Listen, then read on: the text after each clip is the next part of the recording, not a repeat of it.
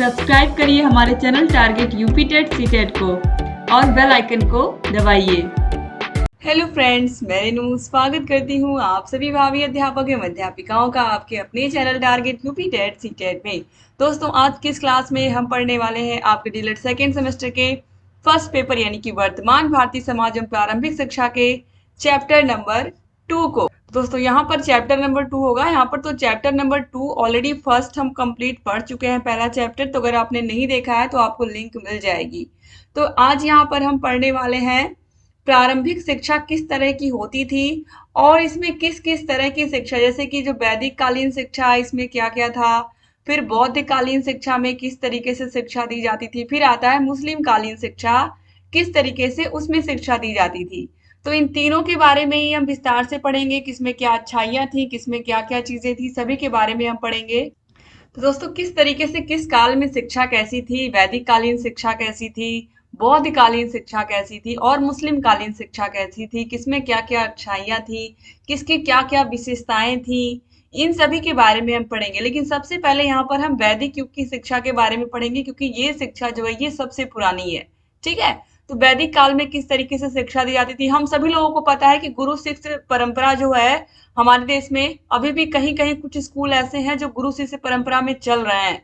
तो ये वैदिक कालीन शिक्षा की ही देन है, जहां पर जो बच्चे हैं वो अपने माँ बाप का घर छोड़ करके गुरु के आश्रम में जाते थे, वहीं पर रहते थे, वहीं पर पढ़ते थे, वहां पर भिक्षा मांग करके लाते थे, भोजन भी वहीं बनाते थे, वहीं पर खाते थे। और जो शिक्षा होती थी पूरी तरीके से मौखिक होती थी, ना हमारे पास कॉपी होती थी ना किताब होती थी। आज के समय में आप देखिए, बिना कॉपी किताब के तो बच्चा स्कूल जाता ही नहीं है, या बिना कॉपी किताब बैग के। तो पहले के समय में जो शिक्षा थी वो पूरी तरीके से मौखिक थी, मुख से बोल करके ही जो गुरु थे वो शिक्षा देते थे और जो शिष्य होते थे वो उस शिक्षा को ग्रहण करते थे और जीवन भर याद रखते थे। ठीक है, तो यहाँ पर देखिए वैदिक युग में शिक्षा, तो इतिहासकारों ने वैदिक काल का समय 2500 ईसा पूर्व से 500 ईसा पूर्व तक माना है। वैदिक काल को दो कालों में विभाजित किया गया है, प्रारंभिक वैदिक काल और उत्तर वैदिक काल। वैदिक शिक्षा ही भारत की सर्वप्रथम शिक्षा व्यवस्था का रूप है। इसके विकास में वेदों का महत्वपूर्ण स्थान रहा है, क्योंकि वेद का अर्थ होता है ज्ञान, वेद का अर्थ ही होता है ज्ञान। तो चारों वेदों क्रमशः ऋग्वेद, यजुर्वेद, सामवेद और अथर्ववेद पर प्रकाश डाला जाए तो इनमें से ऋग्वेद को सबसे महत्वपूर्ण माना गया है। और इसके महत्व को पंडित जवाहरलाल नेहरू ने भी स्वीकार किया और कहा, वेदों में प्रथम ऋग्वेद संभवतः यह प्राचीनतम पुस्तक है जिसमें मानवता समाहित है। इसमें मनुष्य के चारों आश्रम यानी कि ब्रह्मचर्य, गृहस्थ, वानप्रस्थ और संन्यास का विस्तृत रूप में वर्णन मिलता है। और उस समय जीवन के सभी क्षेत्रों में धर्म को प्रधान माना जाता था। अब देखिए शिक्षा का क्या अर्थ है और इसकी परिभाषा। तो देखिए, वैदिक साहित्य में शिक्षा से तात्पर्य विद्या, ज्ञान, बोध और विनय से होता था। अर्थात वेदों के अनुसार शिक्षा का अर्थ ज्ञान या विद्या की प्राप्ति करना था एवं विद्या का उद्देश्य आत्म अनुभूति एवं आत्मबोध करना था। तो सीमित संदर्भ में, सीमित या संकुचित अर्थ में शिक्षा से तात्पर्य उस शिक्षा से है जो व्यक्ति को गृहस्थ आश्रम में प्रवेश करने से पूर्व शिष्य के रूप में अपने गुरु से प्राप्त होती थी। और व्यापक रूप में अगर हम देखें तो व्यापक अर्थ में शिक्षा से तात्पर्य व्यक्ति को सभ्य और उन्नत बनाना था। अतः इस दृष्टि से शिक्षा जीवन पर्यंत चलने वाली प्रक्रिया थी। और आज भी देखिए, आर.के. मुखर्जी ने क्या कहा है, प्राचीनतम वैदिक काल के जन्म से ही भारतीय साहित्य पूर्ण रूपेण धर्म से प्रभावित दिखता है। यानी कि जो पहले की शिक्षा थी वो एक तरीके से यहाँ पर सिर्फ और सिर्फ जो मेन उद्देश्य था वो यही था शिक्षा का, कि किस तरीके से हम समाज को सभ्य बनाएं। अब देखिए, वैदिक युग में धर्म, अर्थ, काम व मोक्ष को जीवन का प्रमुख आधार माना जाता था तथा जीवन का एकमात्र उद्देश्य मोक्ष प्राप्ति था। वैदिक काल में जीवन दो प्रकार की विद्याओं परा व अपरा में बटा था। एग्जाम में पूछता है कि वैदिक काल में जीवन किस प्रकार की विद्याओं में बटा था, तो परा और अपरा। परा और अपरा का क्या अर्थ होता है? परा का अर्थ है ब्रह्म प्राप्ति, अर्थात ज्ञान, कर्म व उपासना के द्वारा ब्रह्म अथवा मोक्ष की प्राप्ति करना। इसमें अंतर्मुखी साधना पर बल दिया जाता था। और अपरा का अर्थ है सामाजिक ज्ञान, अर्थात एक संगठित व नियोजित सामाजिक व्यवस्थाओं को चलाने संबंधी शिक्षा। अतः परा में पारलौकिक व अपरा में बौद्धिक सामाजिक शक्तियों के विकास पर बल दिया जाता था। यानी कि देखिए, जो परा का अर्थ है वो ईश्वर की प्राप्ति, ज्ञान की प्राप्ति, कर्म व उपासना द्वारा ईश्वर को प्रसन्न करना, और मोक्ष की प्राप्ति करना था। जो अपरा है ये सामाजिक ज्ञान हमें देती थी, जो अपरा शिक्षा थी ये सामाजिक ज्ञान और संगठित होकर के कैसे हम रहें और कैसे अच्छे से समाज में हम समाज की व्यवस्थाओं के अनुरूप ही अपने आप को अनुकूलित कर लें, या फिर समाज की व्यवस्था के अनुसार ही हम कोई ज्ञान अर्जित कर लें जिससे हम समाज में रह करके अपना योगदान दे पाए। ठीक है, आज की भी शिक्षा अगर देखी जाए तो अपरा ही ज्यादातर है, क्योंकि सभी लोगों की कोशिश यही रहती है कि पढ़ लिख करके वो समाज में अपना एक स्थान बनाए। अब देखिए यहाँ पर वैदिक कालीन जो शिक्षा थी उसकी क्या विशेषताएं थी। तो यहाँ पर देखिए जो पहला है शिक्षा प्रणाली। वैदिक काल में छात्र माता पिता से अलग गुरु के घर अर्थात गुरुकुल में जाकर के शिक्षा प्राप्त करते थे। अभी वो ऑलरेडी मैंने आपको बताया कि किस तरीके से जा करके गुरु के द्वारा जो मौखिक प्रवचन होता था, यानी कि जो मुख से बोल करके वो ज्ञान देते थे, वही ज्ञान लेकर के बच्चे जो है वो सुनते थे और उसका चिंतन और मनन करते थे। उस समय में मौखिक पद्धति का प्रचलन था। कभी कभी वाद विवाद प्रतियोगिता, कथा प्रणाली का प्रयोग, गृह कार्य देना आदि का प्रयोग भी किया जाता था। यानी कि वाद विवाद होता था, कथा प्रणाली का प्रयोग होता था, कुछ कुछ अलग अलग शिक्षण विधाओं का प्रयोग करके गुरु शिष्यों को पढ़ाते थे। शिक्षण संस्थाएं देखिए तो शिक्षण प्रदान करने का कार्य गुरुकुल या ऋषि आश्रम में किया जाता था। वैदिक काल में गुरुकुल प्रणाली ही प्रचलित होती थी। गुरुकुल प्रायः शांत वातावरण में स्थित होते थे, इसलिए ये नगरों से दूर शांत एवं स्वच्छ वातावरण में बनाए जाते थे। आजकल के स्कूल आप देखिए, बिल्कुल कितने सारे स्कूल हैं जो बिल्कुल मेन रोड पर ही बना दिए जाते हैं, क्योंकि आप सभी को पता है कि मेन रोड पर स्कूल नहीं होने चाहिए। स्कूल थोड़े से अंदर होने चाहिए मेन रोड से, क्योंकि बच्चे हैं, छोटे बच्चे हैं, आप सभी को पता है बच्चों को कितना भी डांटते हैं वो शरारत कर ही देते हैं। तो इस तरीके से दोस्तों, लेकिन यहाँ पर आप देखिए क्या लिखा हुआ है कि जो गुरुकुल पहले के समय में ना तो इतनी गाड़ी घोड़े होते थे, ना तो इतनी सारी चीजें, लोग घोड़ों से ट्रेवल करते थे या कहीं दूर जाना होता था या फिर बहुत मीलों पैदल चलते थे। तो उस समय पर इतनी सारा ट्रैफिक नहीं था, इतना सारा सिस्टम नहीं था इस तरीके का। फिर भी जो स्कूल होते थे या फिर जो आश्रम होते थे गुरुकुल, वो दूर ही बनाए जाते थे नगरों से। एक शांत वातावरण, यानी कि जब हमें माहौल अच्छा मिलेगा तब हम शिक्षा भी अच्छी ग्रहण कर पाएंगे। अब हमारे आसपास अगर शोर हो रहा हो, दो लोग लड़ रहे हो, तो हम पढ़ाई नहीं कर पाएंगे। सेम वही चीज है कि किस तरीके से घर से जा करके बाहर हम शिक्षा लेते हैं और वहां का जो वातावरण है वो अच्छा होना चाहिए, और जब वातावरण अच्छा होगा तो पढ़ाई में भी मन लगेगा। तो देखिए, गुरु को छात्र का आध्यात्मिक पिता माना जाता था। गुरुकुलों के अतिरिक्त परिषद, सम्मेलन तथा ऋषि आश्रमों में भी शिक्षा दी जाती थी। परिषद उच्च शिक्षा के केंद्र थे। राजाओं के द्वारा सम्मेलन संपन्न कराए जाते थे जिनमें वाद विवाद का आयोजन भी किया जाता था। आज भी गुरुकुल प्रणाली गुरुकुल कांगड़ी, हरिद्वार, विश्व भारती जैसे अंतरराष्ट्रीय शिक्षा केंद्रों में देखने को मिलती है। अब देखिए पाठ्यक्रम क्या था, करिकुलम क्या था बच्चों का। तो पाठ्यक्रम में बच्चे राजनीति शास्त्र पढ़ते थे, समाज शास्त्र पढ़ते थे, दर्शन शास्त्र, व्याकरण, ज्योतिष एवं तर्क विज्ञान को शामिल किया जाता था। नृत्य, कला, संगीत एवं अभिनय आदि को भी स्थान दिया गया था। स्वास्थ्य शिक्षा का पाठ्यक्रम में भी विशेष स्थान होता था। और आज यही सब सबसे कम हो रहे हैं स्कूलों में, सबसे कम यही हो रहे हैं। तो कहीं ना कहीं हमारी शिक्षा व्यवस्था में इन सभी को फिर से शामिल करने की बहुत जरूरत है। इसके बाद देखिए परीक्षाएं। परीक्षाएं मौखिक रूप से प्रतिदिन होती थी। आज के समय में देखिए सतत शिक्षा पर जोर दिया जाता है। तो यहाँ पर आप देखिए ये चीज पहले से ही चलती आ रही कि जो गुरु होते थे वो रोज मौखिक रूप से क्वेश्चन पूछते थे, बच्चे उसका उत्तर देते थे। तो मौखिक परीक्षा रोज होती थी। दूसरा पाठ पढ़ाने से पूर्व पढ़ाए गए पाठ की मौखिक परीक्षा ली जाती थी। ठीक है, जैसा आज के समय में भी होता है, जैसे अलग अलग एग्जाम होते हैं, यूनिट टेस्ट होते हैं, ठीक है, third monthly, half yearly, yearly paper होते हैं। इसके बाद देखिए अनुशासन। गुरुकुल में छात्र पिता पुत्र की तरह रहते थे, इसीलिए छात्र आत्म अनुशासित होते थे। दंड केवल छात्रों को प्रायश्चित स्वरूप दिया जाता था। स्व अनुशासन की प्रथा थी। छात्र गुरु के प्रति आज्ञाकारी व विनम्र होते थे। स्त्री शिक्षा। वैदिक युग में स्त्रियों को शिक्षा प्राप्त करने की पूर्ण स्वतंत्रता थी।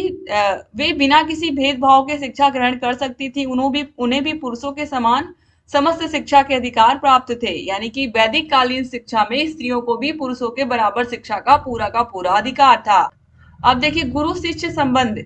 चूंकि बच्चा अपने माँ बाप को छोड़ करके गुरु के आश्रम में जाता था, तो वैदिक युग में गुरु व शिष्य का संबंध अत्यंत निकटता व घनिष्ठता का होता था। दोनों एक परिवार के सदस्य के रूप में रहते थे। छात्र गुरु के प्रति बड़ी श्रद्धा व सेवा भाव रखते थे। गुरु की आज्ञा का पालन करना, सेवा करना, दैनिक कार्य करना, भिक्षा मांगना, आश्रम की व्यवस्था संबंधी कार्यों में गुरु की सहायता करना छात्रों के प्रमुख कर्तव्य माने जाते थे। अब देखिए, वैदिक कालीन जो शिक्षा व्यवस्था थी वो कैसी थी, तो ये दो स्तरों में थी। पहले थी प्राथमिक शिक्षा, दूसरी थी उच्च शिक्षा।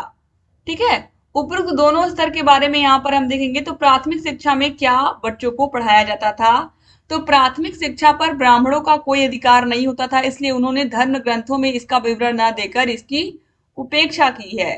संतोष कुमार दास के अनुसार ब्राह्मणों के पास इस शिक्षा की उपेक्षा करने के कई कारण थे, क्योंकि यह उनके हाथ में नहीं थी। प्रवेश, प्राथमिक शिक्षा का प्रारंभ 5 वर्ष की आयु में विद्या आरंभ संस्कार से होता था। इसे हम उपनयन संस्कार भी कहते हैं। उपनयन, उप मतलब समीप, नयन मतलब पास में। तो उपनयन संस्कार का मतलब कि जब बच्चा गुरु के समीप जाता था तो उस संस्कार को हम उपनयन संस्कार या विद्या आरंभ संस्कार कहते थे। यह सभी जातियों के बालकों के लिए अनिवार्य होती थी। इसका अर्थ था सभी जातियों के बालक प्राथमिक शिक्षा ग्रहण कर सकते हैं। प्राथमिक शिक्षा प्राप्त करने की अवधि कितने समय की थी, तो यह तो ठीक प्रकार से नहीं कहा जा सकता, परंतु डॉक्टर A.S. अल्तेकर ने इसकी अवधि 6 वर्ष निर्धारित की थी। जैसे आज के समय में बच्चे कक्षा 1 से लेकर के 5वीं की शिक्षा लेते हैं, जो प्राथमिक शिक्षा है। इसके अलावा पाठ्यक्रम में वैदिक मंत्रों का उच्चारण करना और बोलना सिखाया जाता था। मंत्रों का स्मरण, पढ़ना और लिखना, भाषा, साहित्य एवं व्याकरण आदि को पाठ्यक्रम में सम्मिलित किया गया। अब वैदिक काल में उच्च शिक्षा कैसे होती थी, हायर एजुकेशन क्या था वैदिक पीरियड में, तो देखिए, पहला है प्रवेश। उच्च शिक्षा केवल ब्राह्मणों, क्षत्रियों और वैश्य छात्रों को दी जाती थी। छात्र सामान्य रूप से उपनयन संस्कार के उपरांत क्रमशः 8, 11 और 12 वर्ष की आयु में शिक्षण संस्थाओं में प्रवेश करते थे। अभी मैंने आप लोगों को बताया कि बच्चों को स्कूल में प्रारंभ से पहले उपनयन संस्कार होता था, तो यहाँ पर आप देखिए वही चीज बताई गई है। पाठ्यक्रम में परा यानी कि आध्यात्मिक शिक्षा और अपरा यानी कि लौकिक विद्या दोनों को स्थान दिया गया था। परा विद्या के अंतर्गत वेद, वेदांग, पुराण, उपनिषद और आध्यात्मिक विषय थे। साहित्य एवं धर्मशाला के अध्ययन की अवधि 10 वर्ष और प्रत्येक वेद के अध्ययन की अवधि 12 वर्ष की होती थी। अपरा विद्या के अंतर्गत इतिहास, तर्कशास्त्र, भूगर्भ शास्त्र, भौतिक शास्त्र आदि लौकिक विषय होते थे। अब शिक्षण विधियां क्या थी, तो छात्र पाठ्य विषय का मनन करते थे, चिंतन करते थे, स्वाध्याय यानी कि खुद से पढ़ते थे और उसकी पुनरावृत्ति करते थे, उसको बार बार रिपीट भी करते थे। प्रवचन, व्याख्यान, शास्त्रार्थ, प्रश्नोत्तर, वाद विवाद आदि शिक्षण विधियों के माध्यम से बच्चों को पढ़ाया जाता था। ठीक है, शिक्षण संस्थाएं देखिए, तो शिक्षण संस्थाओं में गुरुकुल, ऋषि आश्रम, टोल, चरण, घटिका, विद्यापीठ, विशिष्ट विद्यालय, मंदिर विश्वविद्यालय, विश्वविद्यालय होते थे। टोल में भाषा और साहित्य की शिक्षा दी जाती थी। घटिका में भाषा, साहित्य, धर्म, दर्शन, नीति शास्त्र की शिक्षा दी जाती थी और चरण में वेद के किसी विशेष अंग की शिक्षा दी जाती थी। अब परीक्षाएं कैसे होती थी उच्च शिक्षा में, तो वैदिक युग में मौखिक परीक्षाओं का ही प्रचलन होता था, लिखित परीक्षाएं आयोजित नहीं की जाती थी। कितनी अच्छी बात है दोस्तों, आज के समय में भी अगर यही चीजें लौट आए तो कितना अच्छा हो जाए।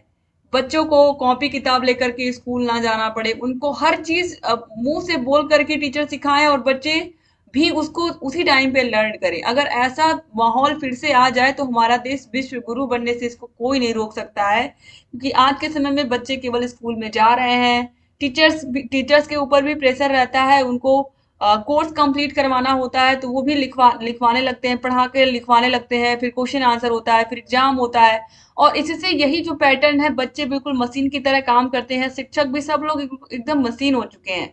तो अगर ये व्यवस्था वापस आ जाए तो आप लोग भी कमेंट करिएगा कि अगर ऐसी व्यवस्था वापस आ जाए तो कितना अच्छा हो जाए।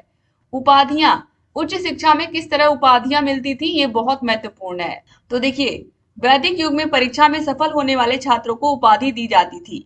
ठीक है, तो जो छात्र गुरुकुलों का 12 वर्षीय पाठ्यक्रम किसी एक वेद का अध्ययन पूरा कर लेते थे उन्हें स्नातक, जो छात्र 24 वर्षीय पाठ्यक्रम किन्हीं 2 वेदों का अध्ययन पूरा कर लेते थे उन्हें वसु कहते थे। तो एक वेद का जो ज्ञान प्राप्त करते थे वो स्नातक, जिसे आज हम ग्रेजुएशन कहते हैं। जो लोग 24 जो 2 वेदों का अध्ययन करते थे यानी कि 24 साल तक पढ़ते थे तो वो वसु कहलाते थे। और जो 3 वेदों का अध्ययन करते थे वे रुद्र कहलाते थे। और जो छात्र 48 वर्षीय पाठ्यक्रम 4 वेदों का अध्ययन पूरा कर लेते थे उन्हें हम आदित्य कहते थे। और ये बहुत महत्वपूर्ण है। तो स्नातक, वसु, रुद्र और आदित्य, 1 2 3 4 इसके क्रम में आप याद रखिएगा। तो एग्जाम में पूछता है कि वैदिक काल में कौन कौन सी शिक्षण विधियों का प्रयोग होता था। तो प्रवचन विधि, बोल करके शिक्षक पढ़ाते थे या गुरु पढ़ाते थे। व्याख्या करते थे, स्पष्ट करते थे किसी भी चीज का। ठीक है। तो मंत्रों, अगर मंत्र को पढ़ा रहे हैं तो मंत्र को कंठस्थ कराने के बाद उसका अर्थ, उसकी व्याख्या अच्छे से बच्चों को बताते भी थे। और उदाहरणों का भी प्रयोग करते थे। और प्रश्नोत्तर विधि, शास्त्रार्थ और वाद विवाद विधि का प्रयोग करके, तर्क विधि का प्रयोग करके बच्चों को पढ़ाते थे। इसके अलावा कहानी विधि तो हम सभी को पता ही है। अब ऑलरेडी अभी आपने देखा ही है कि वैदिक युग में कहाँ कहाँ बच्चे पढ़ते थे। गुरुकुल भी आपने देखा, टोल भी देखा। टोल में क्या होता था, संस्कृत भाषा की शिक्षा दी जाती थी। घटिका, विद्यापीठ, विशिष्ट विद्यालय, मंदिर, विश्वविद्यालय, महाविद्यालय, विश्वविद्यालय, ऋषि आश्रम, ये सभी अभी आपने देखा। अब यहाँ पर देखिए वैदिक कालीन शिक्षा में गुरु के प्रति शिष्यों के क्या कर्तव्य थे। ठीक है। आप सभी को पता है कि शिष्य भी गुरु को पिता के समान मानते थे। उनके हृदय में गुरु के प्रति आदर और विश्वास की भावना होती थी। शिष्य गुरु की सेवा करना अपना परम कर्तव्य समझते थे और गुरु के द्वारा कहे गए वचनों का पूरा सम्मान व आदर करते थे। ठीक है। तो गुरुकुल की साफ सफाई करते थे। गुरुकुल में रहते थे बच्चे तो वहां और पूजा पाठ की व्यवस्था भी करते थे। गुरु एवं गुरुकुल वासियों के लिए भोजन की भी व्यवस्था करते थे, जाकर के भिक्षा मांग करके लेके आते थे। गुरु के शयन से पहले उनके पैर दबाते थे, यानी कि गुरु के पैर दबाकर तब सोते थे। शिक्षा पूर्ण होने पर सामर्थ्य अनुसार गुरु दक्षिणा देते थे। गुरु व गुरुकुल वासियों हेतु भिक्षा मांगते थे। गुरु के आदेशों का निष्ठा पूर्वक पालन करते थे। और गुरुकुल छोड़ने के बाद भी गुरुओं का आदर और सम्मान करना और उनके उपदेशों का पालन करना नहीं छोड़ते थे। जैसे आज के समय अगर जो टीचर हमारे बहुत क्लोज थे, जिन्होंने हमें पढ़ाया है, आज भी अगर वो मिल जाते हैं, या अभी बहुत सारे ऐसे हमारे भाई बहन होंगे जो अभी भी उनसे कनेक्टेड होंगे। कुछ ऐसे टीचर्स होते हैं जिनसे हमारा जो लगाव है वो बहुत ज्यादा होता है, जीवन भर उनसे हमारी बॉन्डिंग बनी रहती है। इसके बाद दोस्तों देखिए उत्तर वैदिक युगीन शिक्षा। उत्तर वैदिक युगीन शिक्षा में यहाँ पर आप देखिए ब्राह्मण युगीन शिक्षा व्यवस्था वैदिक कालीन शिक्षा का अंतिम रूप है, इसलिए इसे उत्तर वैदिक शिक्षा अथवा ब्राह्मण अथवा उपनिषद काल के नाम से भी जाना जाता है। वैदिक युग में शिक्षा का उद्देश्य आध्यात्मिक विकास करना होता था, परंतु धीरे धीरे यह उत्तर वैदिक काल में यज्ञ, हवन, कर्मकांड और ब्रह्म आडंबर और दिखावे का बोलबाला हो गया था। इस युग में पुरोहितवाद बढ़ गया था, साथ ही शाखा, चरण, परिषद, कुल, गोत्र संस्थाओं का जन्म शिक्षा के विभिन्न स्तरों के लिए होने लगा था। ब्राह्मण को पुरोहित के नाम से पुकारा जाने लगा था। पुरोहित का स्थान बहुत ऊंचा माना जाता था। उसके द्वारा कहे गए वाक्य अंधकार से मुक्त कर प्रकाश की ओर अग्रसर करें को ब्रह्म वाक्य माना जाता था। वैदिक कालीन शिक्षा में भी वही सारी विशेषताएं हैं। तो देखिए उपनयन संस्कार, ऑलरेडी शिक्षा प्राप्त करने के लिए गुरु के पास लेकर के जाना बच्चे को, यही उपनयन संस्कार होता था। ठीक है। और यहाँ पर आप देखिए उपनयन संस्कार के समय ब्राह्मण छात्र की आयु 8 वर्ष होती थी, क्षत्रिय छात्र की आयु 11 वर्ष व वैश्य छात्र की आयु 12 वर्ष होती थी। कभी कभी एग्जाम में पूछ लेता है तो याद रखिएगा। ठीक है। और उपनयन संस्कार के बाद द्विज ब्राह्मण कहलाता था बच्चा। द्विज का अर्थ है जो 2 जन्म लेने वाला। 2 जन्मों से तात्पर्य भौतिक और आध्यात्मिक जन्म से है। उपनयन संस्कार का उत्तर वैदिक काल में इतना अधिक महत्व होता था कि इसे छात्र का दूसरा जन्म माना जाने लगा। उपनयन संस्कार के अवसर पर गुरु बालक को गुरु मंत्र की दीक्षा देते थे। यहाँ से उसका आध्यात्मिक जीवन प्रारंभ होता था। फिर ब्रह्मचर्य। ब्रह्मचर्य उत्तर वैदिक काल में छात्रों को ब्रह्मचर्य व्रत लेना होता था। इस युग में ब्रह्मचर्य का पालन करने पर अत्यधिक जोर दिया जाता था। आर्यों ने मानव जीवन को 4 भागों में विभाजित किया था, जन्म से लेकर के 25 वर्ष, फिर 26 से 50 वर्ष, 51 से 75 और 76 से 100 वर्ष। मानव के प्रथम 25 वर्ष को ही हम ब्रह्मचर्य कहते थे। इसके अलावा सारी शिक्षा ग्रहण करने के बाद फिर होता था समापवर्तन संस्कार। शिक्षा समाप्त होने पर समापवर्तन संस्कार, एग्जाम में पूछता है कौन सी कालीन शिक्षा में समापवर्तन संस्कार होता था शिक्षा समाप्त होने के बाद। तो वैदिक कालीन शिक्षा में समापवर्तन का अर्थ है घर लौटना, अर्थात शिक्षा समाप्त करके अपने घर लौटना। छात्र ब्रह्मचारी वस्त्र उतार करके गृहस्थ वस्त्र पहनते थे। इसके बाद गुरु उन्हें उपदेश या दीक्षांत भाषण देते थे, जिसमें गृहस्थ जीवन के नियम, समाज सेवा, राष्ट्र सेवा का उपदेश दिया जाता था। इसके बाद गुरु उन्हें आशीर्वाद देते थे। साथ ही शिष्य द्वारा गुरु को गुरु दक्षिणा भी दी जाती थी। यह वर्तमान में विश्वविद्यालयों द्वारा दी जाने वाले दीक्षांत समारोह जैसा ही है। तो फ्रेंड्स, इस तरीके से आज आप लोगों ने यहाँ पर वैदिक युगीन शिक्षा के बारे में पूरा पढ़ा, उसकी विशेषताएं जानी, इसके अर्थ को भी आपने जाना और किस तरीके से बच्चों को शिक्षा दी जाती थी। अब अगली क्लास में हम बौद्धकालीन शिक्षा और मुस्लिम कालीन शिक्षा के बारे में पढ़ेंगे इस चैप्टर में, और ये चैप्टर बहुत अच्छा है, इससे प्रश्न भी बहुत ज्यादा आते हैं। तो आप लोग अच्छे से पढ़िए, और अगर अभी तक आपने हमारे चैनल को सब्सक्राइब नहीं किया है तो प्लीज सब्सक्राइब कर दीजिए। अगर आपको सारे विषयों के नोट्स चाहिए तो यहाँ पर हमारा नंबर दिया हुआ है, कॉन्टेक्ट नंबर, इस पर कॉल करके आप सारे विषयों के नोट्स प्राप्त कर सकते हैं। सारे विषयों की classes, master classes, chapter wise test, सारे विषयों की रजत सीरीज, पवन सीरीज की पूरी पीडीएफ, ये सब आपको मिलेंगे हमारे ऐप अस्तित्व एकेडमी ऐप पर।